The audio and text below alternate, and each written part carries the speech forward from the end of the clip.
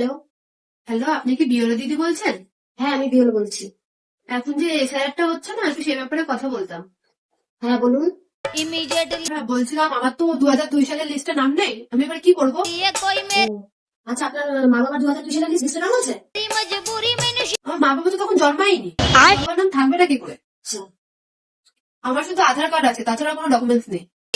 তাহলে পরে আপনি একটা কাজ করুন, আপনার ডেথ সার্টিফিকেট আছে? হ্যাঁ, সেটা থাকতে পারে, ঘরে খুঁজে দেখতে হবে। আপনি দেখুন, বাড়িতে ভালো করে খুঁজে দেখুন, ডেথ সার্টিফিকেটটা কিন্তু মাস্ট, ওটা লাগবেই, ওটা না হলে হবেই না। আমার ডেথ সার্টিফিকেট ছিল তো, খুঁজে দেখতে হবে কোথায় আছে। ও আচ্ছা, যদি আমি ডেথ সার্টিফিকেটটা না পাই, তাহলে আমি বের করতে পারবো তো?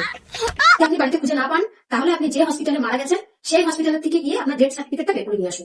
নিয়ে এসে আপনি আপনার আধার কার্ডের সাথে ডেথ সার্টিফিকেটটা নিয়ে আমার কাছে দিয়ে যান। ঠিক আছে? হ্যাঁ হ্যাঁ হ্যাঁ, তাহলে আমি যে হসপিটালে মারা গেছি সেখান থেকে আমার ডেথ সার্টিফিকেটটা বের করে আনবো। কিন্তু ডেথ সার্টিফিকেটটা কিন্তু মাস্ট, ওটা কিন্তু লাগবেই। আমি আগে ঘরে খুঁজে দেখি, হয়তো ঘরেই আছে, না হলে আমি বের করে আনবো। আর তো কিছু লাগবে না, তাহলে আমার ভোটে নাম উঠে যাবে তো? তাহলে আপনার আর কোনো চিন্তা নেই, আপনার ভোটের নাম আর কাটা যাবে না। ঠিক আছে? আচ্ছা ঠিক আছে ঠিক আছে। कैसे कैसे लोग ठीक है, रहते हैं ठीक है। यार यहाँ पर। साला तुमको पागल कुत्ते का गाड़ी उठा के ले जाएगा, बता रहे हैं हम।